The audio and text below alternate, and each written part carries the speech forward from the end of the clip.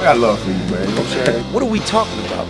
You know, I'm not here to start any trouble. I'm only going to say nice things about you from now on. I think you're handsome, and I think you're a wonderful host. I'm fat and I'm overweight. Just don't say anything silly. I was waiting for you to say that. I'm not laughing about it. You think this is funny? I take this serious. You know, I don't want y'all to take anything out of context that I'm saying. He's very funny. He likes to joke around a lot. As a personality and as an entertainer, yes. This is going to be really quick. I'm not taking any questions. Go ahead and get comfortable. I'm going to talk for a little bit. You're listening to Cabbie Presents, the podcast. Welcome to 2014, and welcome to the show. I'm your host, Cabbie Richards. If you found this via Twitter, you know it's at Cabbie. If you found this via the Book of Faces, you probably clicked on the link, facebook.com/Cabral Richards, which is the government name. I don't use it very often, but that's the government name for those of you who only know me as Cabbie. If you subscribe on iTunes or if you listen on tsn.ca, the podcast center, thank you and welcome. Thank you for spending some time with me and my guest. Is it too late to say Happy New Year to people? It's like halfway through January, and I said Happy New Year to someone today who I hadn't seen since 2013, but I was like, is it too... What's the cutoff? Do you have to be like, is it single digits date-wise in the month of January? So by like January 10th, it's too late to say Happy New Year? I don't know what the cutoff is, so I will continue to be awkward and greet people awkwardly with Happy New Year probably until like Valentine's Day-ish. A lot of great TV coming back in 2014. I'm excited for a new season of Girls. I'm super pumped for a new season of House of Lies. I'm pumped for Game of Thrones. You know, I'm pumped for The Bridge. There's a bunch of shows on TV. TV is so good right now, and I'm excited. I'm going to talk a little bit about TV with my next guest, who has appeared on TV with me a few times when he played with the Los Angeles Kings, and now he's moved down the coast to Anaheim. A very funny dude, very honest, very candid, and he joins me from the West Coast right now. If it's going to be an interview, I'm going to conduct it. So I'll answer my own questions, ask myself the questions, then give y'all the answers. The last time I physically saw this man, we were at Jarrett Stoll's place the day after the LA Kings won their first ever Stanley Cup. It was a Tuesday afternoon, and Stoll had the team over at his place for tacos.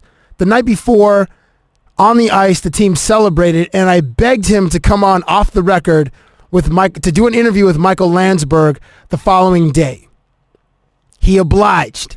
And for years, he's been obliging my requests, including giving me snapshots of his life in Southern California via photographs of his friends. He lives a good life, a charmed life, and he's one of the NHL's funniest players, period. Dustin Penner joins me from the Anaheim Ducks. Good evening to you, sir. That may be the longest intro I've ever been a part of. Yeah, but did you love every second of it, though? It was all about you. I did. Thank you. My pleasure. Thanks for having me on the show. My pleasure. You make your return to the Cabbie Presents podcast. You guys are really hard up for guest spots, huh? No, I like you though, dude. I actually I text with you. Like, I enjoy conversing with you. Your life is measurably, like, in the double digits better than my life. I don't know. You hang around some pretty special people. Michael Jordan, Kobe Bryant. Listen, I'm not hanging with them. Like, I see them for a few minutes of their day.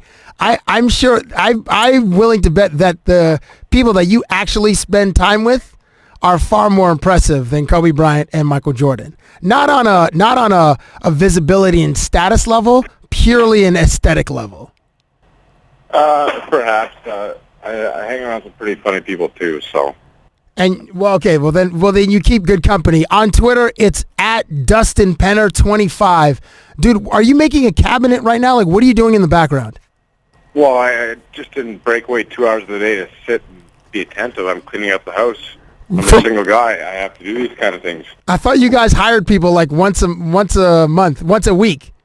Well, like they're not going to change a toilet paper roll for me every time. That's what you pay them for. That's what you pay them $60 for, no? Yeah. Actually, I don't know what they charge. What do you mean you don't know what they charge? You're supposed to be on top of that, dude. No, not really. That's not something I concern myself with. You could be getting ripped off. It's very possible. It wouldn't be the first time. Really? What was the first time that you've been ripped off? What was the time that you remember being ripped off?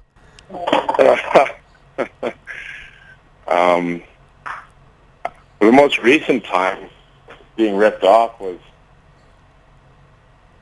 probably by my divorce lawyer. I could see you. I could feel you, like, considering saying that. Like, you're like, how much do? What do I actually want to say to this friggin' guy? I figured it would be some variation of that. Yeah. Oh, hey. So, when is the Entourage movie gonna happen, Dustin? I think they're going to start shooting it soon, from what I've seen on social media. What do you mean? What you've seen on you have a link to the source. Like, you are one degree of separation to one of the cast members, Kevin Connolly. And I also Doug Allen is a friend as well, so he's probably the best guy to go to. But I don't try and bother them with fan questions like, when are you guys shooting? When's it going to be out? Because just you don't when you talk to those people, you don't talk about their job really too much. You just talk to them like a normal person. But normal people talk about work, though. Good point. I'll bring that up. Well, yeah. If you get strange looks, be like, hey, man, my parents, they talk to me about work. When I sometimes have dinner parties or whatever, I talk to my guests about work. We can talk about work. We're all friends here. I mean, you don't have to talk only about work, but work can be a part of the conversation. Yeah, okay. I'll call you right back, and I'll just give Doug a call. For a long time, I bugged you, like probably weekly, about trying to get Kevin Connolly on this here podcast. And like about a year ago is when I started, and I wanted him on to talk about his ESPN 30 for 30 documentary, Big Shot, about the guy that bought the New York Islanders. How'd that go? How'd the podcast go with him? Yeah, it didn't go. It didn't go. I know. It's like you as a 40-goal scorer. It just hasn't happened. Yeah, exactly. Good one. Yeah, listen, my jokes, I don't crack jokes. My jokes aren't that great. Yours are a pretty funny guy, Cabbie. I'm not really. I've lost my touch. I need to be around better, not better people, but funnier people. I've lost hanging out with hockey guys. It doesn't do well for your sense of humor. Like, there's just a few. There's like a handful of dudes have your ilk of humor, but that's it. I think there's, it depends who you're hanging around with, I guess, but they're probably intimidated by you because of your stature now, being on, what is it, TSN? Yeah, I work for the leader. Yeah. So maybe they're a little bit intimidated by you. Well, that's an interesting theory, which nobody would believe, but thank you for putting it out there into the ether. You're welcome. Hey, are you in, do you still have that spot which I crashed on your couch at, like that same spot? Yeah, we actually, after you left, we had to get the foam reinstalled. We took it to a place. Put a new foam, and now it's got its firmness back. I put a serious dent in that couch.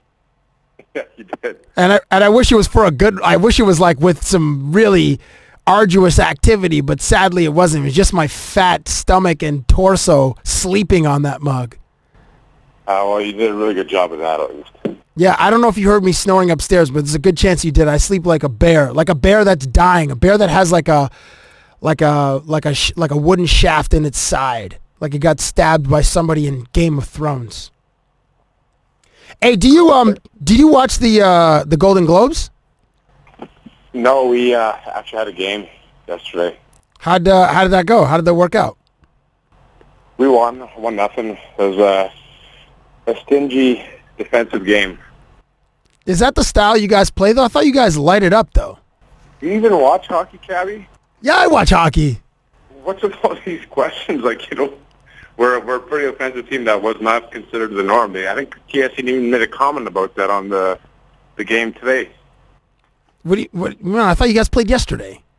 No, I know, but I'm saying when the next day when they come out reviewing what happened the night before, I think they even mentioned. Yeah, does your team score a lot of goals or no? We do. Yeah, so there you go. That I'm right. Like I said, don't you guys score a lot of goals? Like, what's up with this 1-0? You guys aren't the LA Kings. You're not your former team. You're your new team. Yes, okay, well, I just misunderstood the question. I'm sorry, sweetie. Yeah, you guys score, like, you guys are one. I know that you guys are the best team in the National Hockey League, and I think you guys have ripped off either 7 straight games in a row you've won, and is it like 17 of 18 or 18 of 19, something like that? You guys have won? Yes, that's actually quite close, and I'll just agree with you because I know it's 7 wins in a row, and I think it's 17 of the last 18, I'd say. You'd say, but you're not exactly sure. It's your own team, doggy. Yeah, well, I don't know all the stats. I don't know how many times in the career of the Anaheim franchise that we've won X number of games in a month. Like, I don't know all those Elias Bureau stats. I just know tomorrow I have practice and the day after I have a game. So you didn't watch the Golden Globes. Did you? Are you watching like any in your off days other than entertaining guests at Casa de DP? Do you watch any TV shows like on your iPad or whatever on the road? Yeah, I've been actually looking for a new show. When I find a show that's really good, nothing else matters, unfortunately. So I get through the show in about 2-3 days. Oh, so you crush out a ton of episodes, is what you're saying? Yeah, and then I get very depressed. So I always think I wish I would just have a little more discipline and just watch 1 or 2 episodes a day. That way I'd have something to watch every night. But I don't. And I ripped through House of Lies, Suits, Game of Thrones Season 3, Dexter Season 8. I think that's what I did this month, or just the month of December. Have you seen Orange is the New Black? I tried. I went a couple of episodes into it, and I just got tired of it. See, I really like that show. I think it's really funny. And what about Homeland? Everybody says Season 2 was good. I watched 1 episode and didn't get into it, but they said it was kind of slow to start, and it really picks up around the 3rd or 4th, so I'm going to give that another go-around. Have you seen Season 1, though? Yeah, Season 1 was great. Oh, okay. So you're season 3. I'll be honest, is not that strong. But Carrie, what's the actress? Claire Danes is such a strong actress. It's like she's mesmerizing. But there are some logic flaws in season 3. However, it's still worth the watch. You can crush that out pretty quickly. Yeah, you're referring to Homeland? Correct. Yeah, I'll probably crush that. I think there's only 8 episodes in a season. 8 or I think 10. Okay, yeah, that shouldn't be a problem. What about Girls? Are you watching Girls? No, it's not something, even the name is off-putting to me as far as the TV show. Come on, dude, you can't be that guy. Well, listen, you're not going to watch Girls, but you did watch The Hills and you watched the OC. So what are you talking about? No, I know, but I guess I really don't have a leg to stand on. There you go. See, I just got you to admit that you watched the OC and The Hills, which are both horrific. No. I did not say I watched The Hills. I've never watched that. That's not true. You did watch The Hills. You did watch The Hills. It was a phenomenon. No, Real Housewives. Oh, the Real Housewives of the OC? That's even worse than The Hills or the OC. It was part of my therapy after the divorce. Okay? Do you know some of those women personally? I wouldn't say not the main characters. But you've actually met some of the people that have appeared on that show? Yeah, I've met a few of them, but I mean, it's not even something I can recall where I was like, oh, I met this person. Like, who cares? I do want to get into where did you meet them? Well, it's Orange County. That's where I live, Cabbie. I know, but like, are they actually like out and about? Like, you could see you run into them at friggin' Whole Foods or whatnot? Yeah, I suppose you could. But you don't go to Whole Foods. Well, with the way that season's been and how many road games we've played, the last time I went grocery shopping was sometime late in 2013. So, a big deal up here. I don't know if it was a big deal in Southern California, but when Team Canada announced its men's hockey team, did that resonate for you guys? Like, did you watch it on TV, or how did you consume that announcement? I was sleeping at the time. It was 11. You're right. It was 11 a.m. Eastern, so you would have been sleeping. Yeah, but I wanted to. I mean, I knew Getz and Perry were going to make it, and I was happy for them and for Kunis as well, and Doughty and Karts. You know, guys that I'd played with. You played with Chris Kunitz before? Yeah. Where? In the minors, and then also when we both came up with the Ducks the year we won the Cup. He was on the team? Can we just move on? You're very frustrating. Well, how am I frustrating? Because of the lack of knowledge you have of your guests before they come on the show. But listen, do we, other than on this podcast, do you and I ever talk about hockey? No, so why are you changing things up? What do you mean? No, I was kidding. Well, you said the guy's name, so I was like, I had to follow it up. Like, oh, Chris Kunitz. I didn't know that there was a relationship between you two. Carter, Drew Doughty, I get it. They played on the Kings. And obviously, Corey Perry, Ryan Getzlaf, your current teammates and former teammates in 2007 when you won the Stanley Cup, where I met you for the first time. And in our interview, you talked about Randy Carlyle saying he played in a box. Come up for air. That's a great, nice little story you got there. But who asked the hockey question? Who asked the what question? Who asked the hockey question to get us to where we were? That was me. Yeah, that was me. But this is the reason why I went down this road, is because months before Team Canada was announced by Steve Yzerman and the hockey executives, I made my own Team Canada. Are you aware of this? Yes, the beard one. I think you were kind enough to put me on it. Yeah, because you're the hairiest man in the NHL, and I said you're. That is not fair. I know there are at least 3 other guys that have more. There's no way. You are the hairiest man in the NHL. You could just wear that like a badge of honor, my dude. No, I submit Kyle Palmieri. I see your Kyle Palmieri, and I'm sticking with my pocket Dustin Penners. Like, I'm sticking with them. I'm going all in with those dudes. My pocket Dustin Penner. Even Brent Burns. I see a pair of Brent Burns on the table. I'm still riding with my pocket Dustin Penners. Jeez. That's kind of ruthless. That's not kind of ruthless. It's okay. Wear it like a cloak from Game of Thrones. My second Game of Thrones reference in this podcast. I'm a huge fan of the show. And did you see the trailer for season 4? I have not seen it. It's amazing, and I'm a big fan of Khaleesi, so I can't wait. Dude, who isn't? But I don't think she's doing nude scenes anymore. She gave us. It's not even that. I just like her character. What do you mean? Come on, dude. Don't lie. You're out here lying. Come on. Be truthful. We got, we're on the security alert here down in Newport. Yeah. Oh. Yeah. Who stopped by? MJ did. MJ? Who's MJ? It's Michael Jordan. Oh, Michael Jordan. Wow, Michael Jordan really has a high-pitched...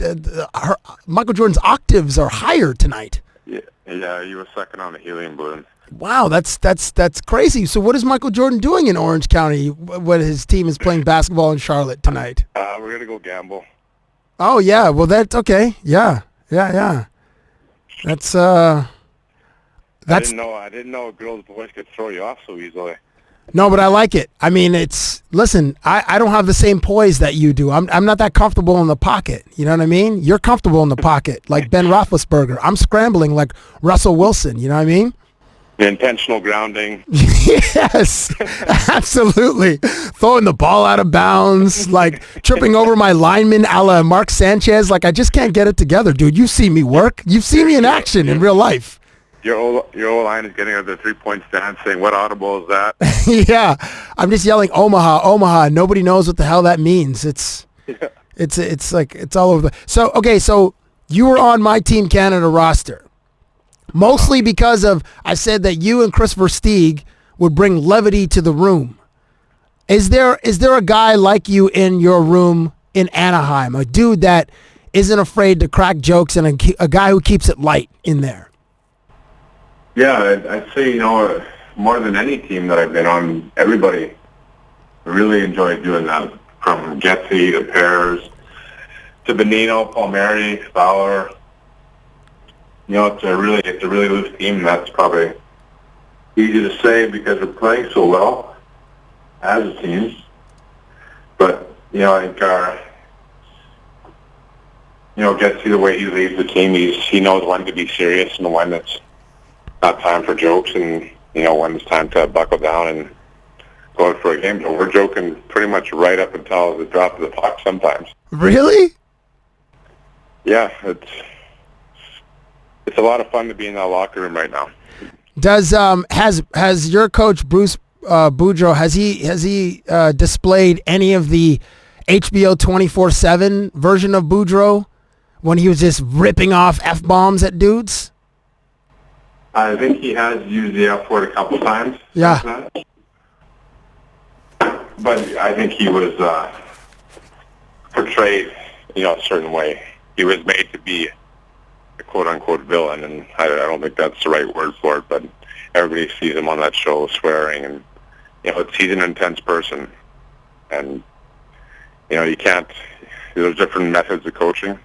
I really enjoy his, and that's not him every game swearing like he was in Washington. Who's the teammate that's easiest to pick on? Who's easiest to pick on? Yeah. Nick Bonino, hands down. Who is? Nick Bonino. Bonino? Yeah. Is it because he's one of the young bucks? Or what is it about him that you guys make fun of? You just look at him, and he's a really nice guy. He's got a really good sense of humor. So, it's easier or more fun to pick on someone with a sense of humor. They don't get their feelings hurt or don't get upset, and so that's one reason we pick on him. But he's just, his demeanor and the way he carries himself, he just is a right target. Hey, can you give Nick Bonino a hug for me? Just say, hey, this is from Cabbie from Toronto, and he's gonna look at you strange, be like, who the hell's Cabbie, and why are you hugging me for 9 to 10 seconds? But just give him one of those for me, please. You don't have to put your head in his chest because you're probably taller than him. But can you give him one of those for me, please? I'll compromise with an ass-out hug. Because you don't want to touch swords? You don't want to cross swords? Don't act like you don't know what it's called, Cabbie. What, crossing swords?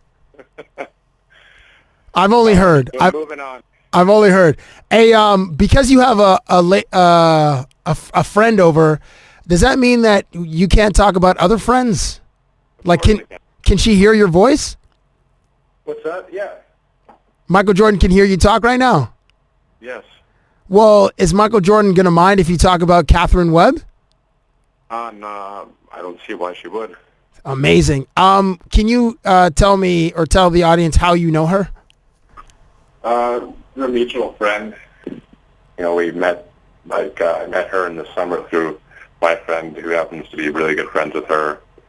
And we actually went and saw a show, wherever Beatles Cirque du Soleil was. I forget what casino that was. And yeah, it was, I don't know what to say, just 2 or 4 people hanging out, going to a show in Vegas and then to dinner. It's not a big deal. It's not a big deal for you because that's the life that you live, but it's a big deal for us couch potatoes that watch Katherine Webb on first it was a BCS championship telecast where Brent Musburger was like, wow, that woman is striking. And then we saw her again this year at the Sugar Bowl when Oklahoma handed Alabama a loss. But were you surprised, as many of us were, that she's still dating A.J. McCarron? That's not something I really concern myself with.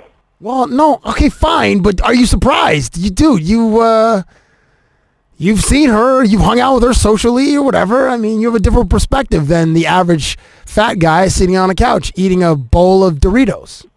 That's what you're doing right now? I was before I got to the studio. I see you as like an original cheesy Dorito guy. You don't like to probably branch out, maybe Cool Ranch? Oh, Cool Ranch, one of the greatest flavors ever, dude. But it makes your breath stink, but it's so tasty. And I also run with spicy nacho, but I like how you're trying to deflect from my original question. I'm just testing you. Are you surprised or no? No, why would I be surprised? Why does it even affect I don't even know why it would enter my daily thought process. She is very pretty in person. It's not Photoshop or airbrushed. It's for lack of a better word, impressive. Wow. Okay. So would you qualify her as a thoroughbred? Yes. The last time we actually spoke on the phone, I felt like I was in a master class and I was just getting knowledge for days. And we weren't physically speaking for days. We spoke for maybe 15 or 20 minutes, but you were just giving me like a PhD. Are you? Is this conversation going to end with you asking me for money, or why are you being so complimentary? I would ask you for money in person because it's harder for you to say no to me in person than it would be over the phone or via text. Okay, well, thank you. You're very kind. Okay, but listen, the level of discipline that you have is impressive, and I want to dive back into some of that conversation. Which conversation was this? Well, this is about your move. It's like your strategy, like the way that you operate in a going out setting. And I started this with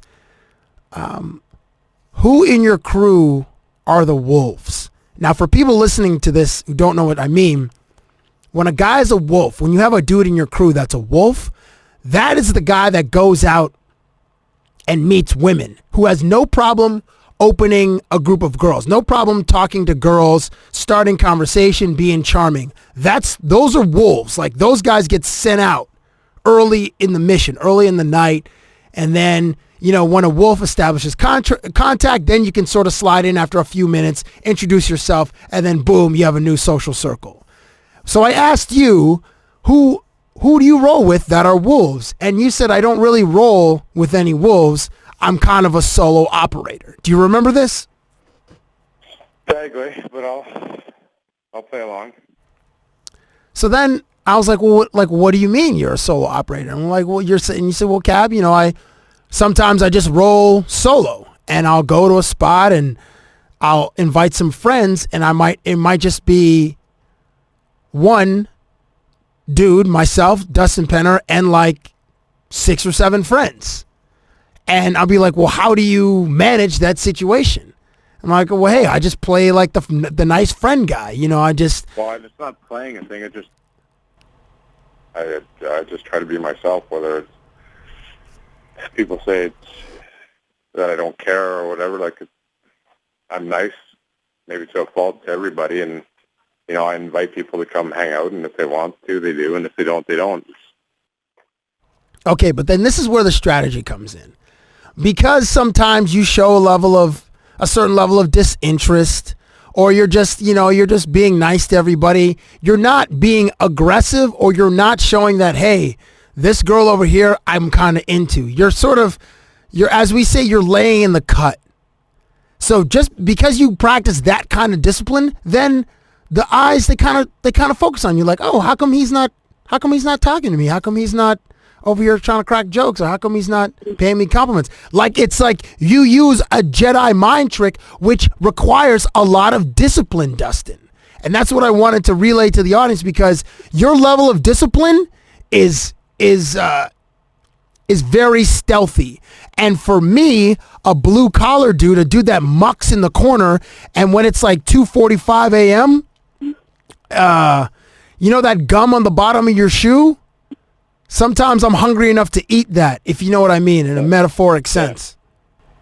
I understand, but the way I can explain it is it's a very target-rich environment here in California, and there's a lot of the same type of people, and it really doesn't interest me. So the lack of interest that I display is genuine, because it's very tough to meet someone interesting. So usually when I go to a club or a bar or the library, I usually go with people I already know, and I don't go there to meet people. And maybe, you meet new people through the friends you already brought to the place you were going to.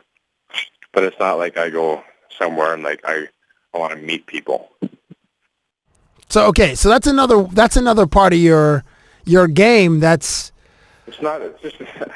Listen. I'm not saying that you're. I'd rather hang around with people that I enjoy and like than waste 20 minutes to an hour on someone who I don't know. This person, normal and cool. And that being said, I have a pretty good filter. Within 2-3 questions, I can go, yeah, no, I don't. We're done here. See, that takes a level of that's funny, and B, but you said when you roll out with a crew of people sometimes those people invite new people, so then you will invariably meet new people. Yeah. So what if those new people interest you? Then you're still gonna play it cool. You're just gonna lay in the cut and just wait till the opposite sex kind of starts moving over to where you're sitting. It's a very patient game, and it's probably coupled with the lack of motivation I have to get into a relationship where half my net worth is snatched. So I've been down this road before. I'm like, the juice wasn't worth the squeeze. Right. I remember that line. You said that to me before. The juice wasn't worth the squeeze. Yeah. It's a very, I guess I could use the word finite set of criteria when I'm in a social setting where, it's, like I said, there's a saying, a dime a dozen for certain type of people. So, as soon as you go somewhere and if they figure out, this person does this and you must have a little bit of cash, and then you can see their demeanor change, and you go, I guess, whether you call it a bottle rat or a fame seeker. So it's like that viral video where that lady says, "Ain't nobody got time for that." Right. Yes. Ain't nobody got time. Didn't she say she has diabetes or something like that in the video? Yeah. See, but okay, I just got to tell you, your method is very unique. Okay, because not a lot of dudes can do that. Not a lot of dudes can just roll with 6 dime pieces. Okay. Secondly, not a lot of dudes have the skill set to just if you're around hot chicks. Actually, one thing you said is if you do roll with friends, they have to sort of know what the protocol is. They have to know the vibe. They can't, if I rolled with you and I was in a booth with you with 8 honeys, I'd be all over the chicks. And you'd be like, Cab, you can't operate that way. I know, and I'd be in the background going, just mouthing the words, "I'm sorry." I've many times my friends have had to apologize for my behavior. Certainly around the opposite sex. So that you have a dude like me who would just flop your move. So that's why I believe sometimes you just prefer to roll solo and then just have a few female friends along. Yeah, it's entertaining to say the least. How did that start though? You can't just start with that knowledge and that strategy. That has to be developed, no? Yeah, it's developed through a divorce. Well, no, but you had it before, though, didn't it? Didn't you? Yeah, I guess. I mean, maybe the learning curve was increased exponentially with it, but yeah, I've never been one of those thirsty or hungry guys, if you catch my drift. Yeah, or, no, yeah, like you never been me is what you're saying. I've never been you, Cab. No, Just say the words. You're being very self-deprecating. You're not that bad. Didn't you blow up somebody on Twitter like recently? Weren't you like, I can't believe that you're single? What was it? Wasn't that you recently? Oh yeah, it's Emerson Needham. He just he had said something about Justin Bieber's new documentary or something. I don't even know what it was, but I just decided to use it as an opportunity to make fun of him a bit. It worked. It was funny. Yeah, it's good. It's that's that's kind of the makeup we have of our team here. Where we call each other out, and I get called out quite frequently, so I tend to do it just as much. Hey, quick question: are Air Jordans big in hockey circles like they are in the rest of pop culture? I have no idea. I'm not a guy that looks at shoes longer than it takes for me to put them on. Yeah, but like you notice what your dudes are rocking, no? Like whether it's flip-flops and shorts or if dudes come in with like some nice wingtips or something like that, you would recognize Jordans, wouldn't you? No, I wouldn't. Are you kidding? No, I'm not. Guy, where are you from again? Where in Manitoba are you from? Winkler. Winkler. Dude, there are dudes in Winkler, Manitoba rocking Jordan 4s right now. I bet there are. Or 5s, or 11s, or 14s. What kind of argument are you trying to make here? Well, no, I'm just wondering if I guess by your, and I suppose you're not, you can't speak for the whole hockey culture, but I'm just like every, I don't know, 2 weeks or 3 weeks, there's an announcement of a new pair of Jordans, and like it's just such a iconic sneaker in pop culture, and I wonder if that translates into the world of hockey, where hockey dudes are rocking Jordans, or is it like one guy on your team who's like particularly fashionable in a trendy sense and rocks like throwback Jordans? Maybe Daniel Winnick or Emerson Needham. They put themselves out there in a fashion sense, but I couldn't tell you what shoes they're wearing or what designer apparel they rock. All right, fine. All right, I got 2 more for you. Okay. I'm gonna end on some music stuff, but before we get there, did you see? Oh, I guess you didn't because you were winning a hockey game yesterday. But the Alex Rodriguez story on 60 Minutes. I heard about that. I did catch a bit of that, and now he's suing the players' union. I think no. I think the players' union is going to try to overturn the decision. I don't think he's, or is he? I think he's suing. He's trying to. No, I just had dinner with some friends, and they had said that he was kind of sue the union. What? Maybe, yeah, it just came out today. Oh. Yeah, like within the last, I don't know, 3 or 4 hours. Is it because what does he feel like they didn't have his back or something, or they advised him? I don't know. If it doesn't affect me, I don't really care. Come on, man! You can't be that insulated. You can't be. I am. You really don't give an F about the rest of the world? Well, how is it going to change my life? What am I going to call up my buddy and say, I can't believe this, and spend an hour talking about it, or am I going to watch Family Guy or Modern Family? Man, I can't wait to come out there and live with you for a year. We're gonna. I can't wait. I could really use some help around the house. No, I'm not. I'm gonna be like the an ambassador for current events. And I'm gonna be your current events coach. You know, some might that would be great, but some might venture to say that since you gained a bit more notoriety and got more Twitter followers, you kind of forgot about your friends that knew you before you got big, and you haven't been out here since. I don't even know what that means because I text you on the semi-regular. Yeah, and every text you finish with, "This is Cabbie, by the way." I'm like, "Yeah, I know. It's 2014. My phone logs and keeps track.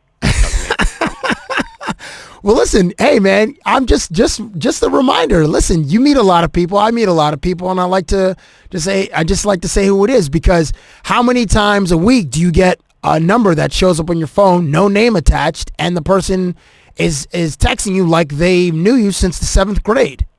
Not that often, actually. Okay, well, it happens to me sometimes, and I'm just like, oh man, and I feel like such a jerk because I didn't save their number from our first conversation. So in case you didn't, or you transferred numbers from different phones and stuff, then I just like to remind you. That's all. I appreciate it. It's very thoughtful of you. Maybe you're probably just conditioned that way from the girls you meet, and when you get their numbers, you Yeah, it's absolutely a numbers game with me. It's listen, Wayne Gretzky said you miss 100% of the shots you don't take. That's right. Or something to that effect. Your arms must be tired by now. Dude, it's my fingers. I'm gonna get, I'm my fingers in my neck just from looking at that blue light on my phone. So the part about A-Rod that I wanted to mention was, this dude on 60 Minutes had his BBM messages on the TV screen. They had conversations between Tony Bosch, the guy who used to run the biogenesis clinic in Miami, and A-Rod on screen. They had, Scott Pelley said, yeah, we have over 500 of these messages. And I felt so violated for Alex Rodriguez. First of all, it's BBM. You're not supposed to be able to decrypt BBM. It's got like 132-bit or 128-bit encryption, which is one level down from what Obama has on his BlackBerry. And then just like how, if it was you and your personal business, I know they were just highlighting the messages, the communication between the two when they're talking about the supplements and the dosage and when to take them, all that kind of stuff. But if you saw any of your messages on TV, how violated would you feel? And you didn't give permission, you didn't know this was going to show up on TV. How violated would you feel? Yeah, that's awful. I mean, there's a lot of curse words and adjectives I like to use describing that, but it's not right, and no one deserves to be put through that. Like if A-Rod then somehow ran into that dude in an airport, if he choked the dude out, I'd be like, A-Rod, I would side with him. He would get my public support. If he actually choked the dude out, two hands around his neck, looking into his eyes, trying to choke him into oblivion, I'd be like, you know what, that dude deserved it. I'll ride with A-Rod in that regard. I'd be right there with you. Yeah. I don't know if you've ever been violated. I certainly haven't. I hope I'm never, but man, that's just oh, hey, did you hear about the dude that died when his phone fell into the Chicago River and he jumped in? A guy from Minneapolis jumped in to try to get his phone. This is at midnight. He's walking with a couple of buddies. Jumped into the river and he died. Why? Why did he jump into the river? He was trying to get his phone. His phone fell out of his hands into the river, the icy river. Jumped in. His buddies went in after him. One of the buddies is in the hospital in stable condition, and the original guy that jumped in the river has not been found. So after 2 or 3 days, they just presumed he's dead. Oh, that's really sad. Yeah, it's a messed up story. I just read it today on Gawker. I'm like, ooh, that's a tough way to go out. Is there anything that I'm thinking what was it on that guy's phone that he's oh no, nobody can see what's on this phone? Because you can't be in that type of situation. You can't replace a $99 iPhone or whatever it was. I think they're a little bit more expensive than $99. Maybe if you get locked in for 10 years. Yeah, you get locked into a plan. They're $99, or maybe they're $199 on Verizon or Sprint, and you have to you lock in yourself into a 2 or 3 year plan. But a couple $100, which ultimately costs a dude's life, though. Yeah. Dude, not worth it. What media would have to be on your phone for you to, if you're, say, in Winkler, Manitoba, and the Assiniboine River or the Saskatchewan River is flowing through your town? I don't know what river is flowing through your province. I just figure it's one of those two.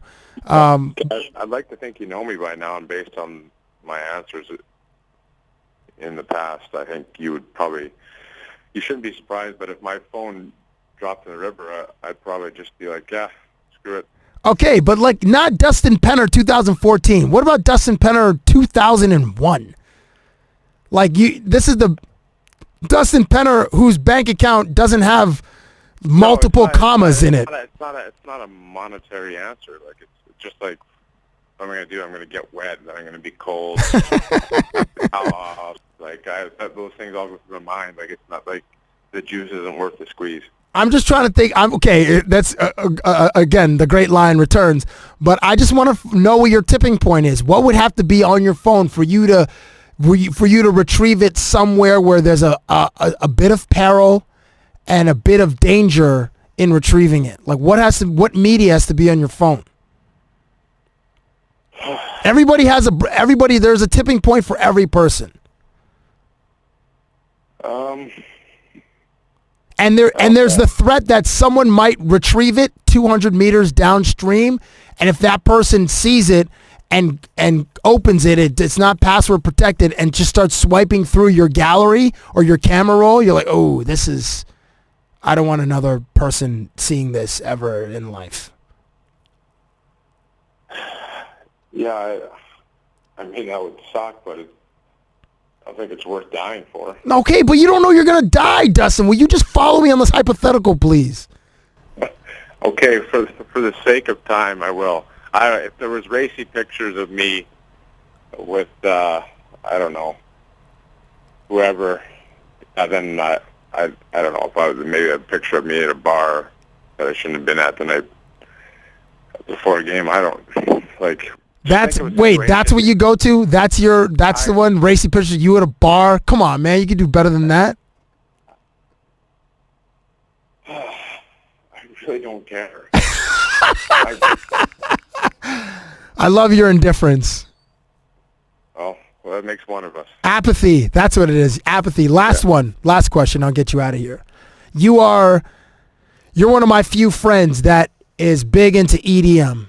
You love electronic dance music, and there was a time where you had you interviewed some famous DJs for Vibe magazine, which in itself is an awesome story. It's an awesome thing to be able to say, I was published in Vibe magazine, a predominantly African American publication, but me, I'm nowhere near African Americans. I have a couple African American friends, and one I'm talking to on the phone right now. However, that's not the point. The point is you are a published author in this magazine, but EDM is your thing. What should I be listening to right now? Like, who are the hot DJs or the songs that you're like, you know what, Cab?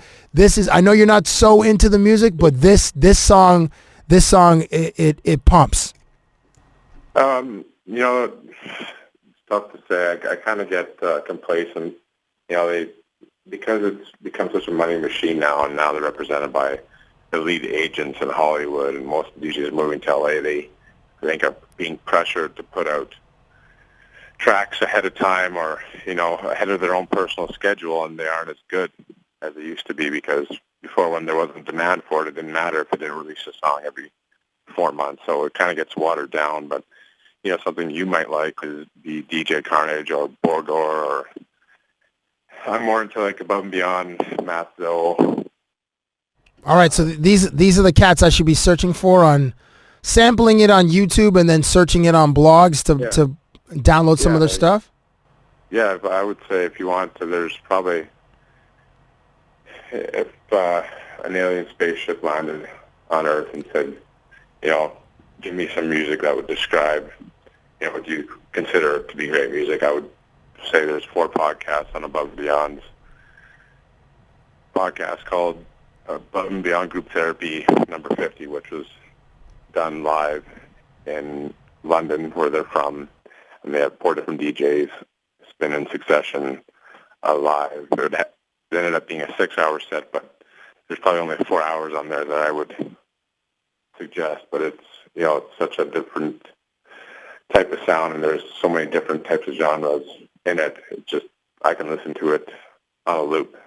Wow. Okay. 4 hours, dude. Whoa. I don't know if I have that much music listening in me in one sitting or one session of activity, whether it's working out or cleaning up my place or going for a walk or whatever. But I will look up that podcast.